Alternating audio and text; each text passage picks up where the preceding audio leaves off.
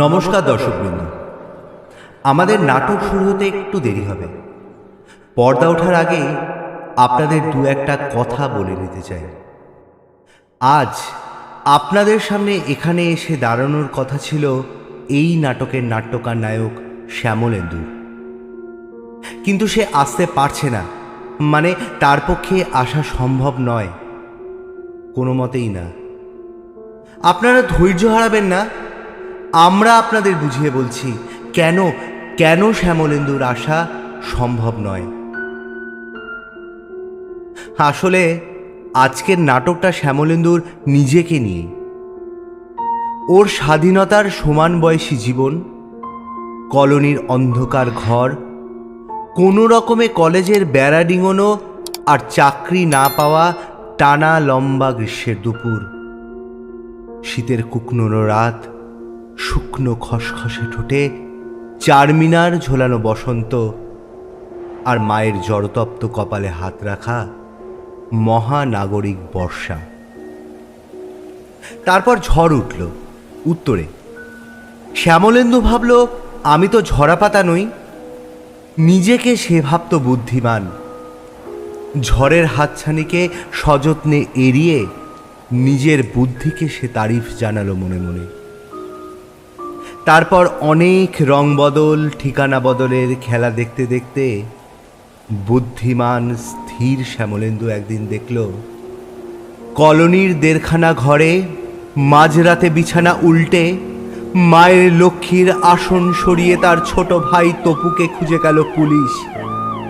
প্রতিবাদ জানাতে গিয়ে গালে চর খেয়ে দাওয়ায় পড়ে রইল ৬৫ বছরের বৃদ্ধ শ্যামলেন্দুর বাবা।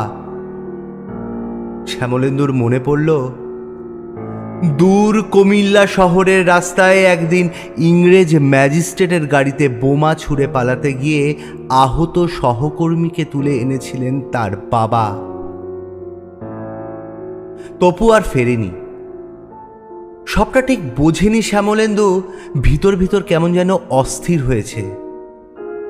তারপর একদিন একটা অচেনা ছেলে অন্ধকারে একটা ছোট্ট চিরকুট দিয়ে গেল। তপুর চিঠি। কোথায় কোন সুদূর গায়ে এক মুঠো মুড়ি চিবোতে চিবোতে সে হাঁটছে, ডাইনে পাহাড়, সামনে পূর্ণিমার চাঁদকে জড়িয়ে ধরা শাল জঙ্গলকে রেখে, নদীর ওপার থেকে মাদলের শব্দ, আর কাঁধের উপর সাঁওতাল মাঝির ভারী গলা, কমরেডস। শ্যামলেন্দু যুক্তিবাদী। নানা সরু মোটা বইয়ের লাল দাগ দেওয়া পাতাগুলোয় আঙুল রেখে সে চাপা দিতে চাইল গলায় উঠে আসা আবেগটাকে। তারপর চোখ রাখল সিচুয়েশন ভ্যাকেন্টের কলবে। আরেকদিন খবর এলো, জেলওয়ার্ডের টাওয়ারে কারা যেন উড়িয়ে দিয়েছে লাল পতাকা। আর শহরের হাট থেকে ফেরার সময় ধরা পড়েছে তপু। চাকরিহীন, সঙ্গহীন, বিশ্বাসহীন শ্যামলেন্দু ট্রামের জানলা থেকে দেখল উদাস কলকাতার ময়দানের বুক চিরে অলীক স্বপ্নের মতো ছুটে যাচ্ছে ক্রিকেট বল।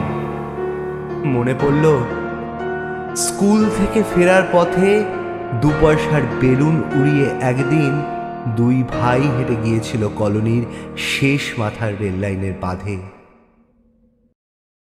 জীবনের সেই প্রথম নিয়ম ভাঙা মুক্তি।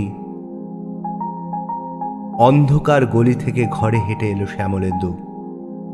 তার থেকে ৫ বছরের ছোট তপু। আয়নার সামনে দাঁড়িয়ে দেখল শ্যামলেন্দু, তপুর পোশাকগুলো কি বড় লাগছে তার গায়ে।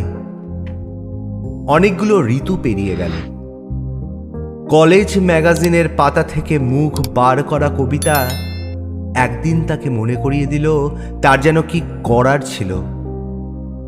আর শ্যামলেন্দু দেখল, তার কলমের ডগায় এসে দাঁড়াচ্ছে তপু, সাদা পাতায় হাসছে তপু, বইয়ের প্রচ্ছদ থেকে উঠে আসছে তপু।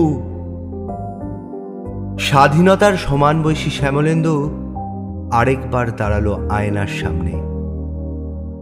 এই হলো শ্যামলেন্দুর নাটক। কাল বিকেলে বউবাজারের মোড়ে শেষবারের মতো হোলি খেলছিল সূর্য। শ্যামলেন্দু হেঁটে আসছিল রিহার্সাল রুমের দিকে। ব্যস্ত কলকাতার কাঁচ ছুঁয়ে একটা কালো গাড়ি তাকে তুলে নিল, তারপর ছুঁড়ে দিল পার্কের ঘাসে।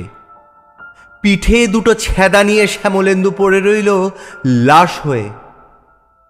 কোথাও কোনো টেপ রেকর্ডার ছিল না, শুধু বাতাসে ধরা রইল তার গলা, তোর কাছেই আসছিলাম রে তপু। হ্যাঁ, এই জন্যেই শ্যামলেন্দু আসতে পারল না।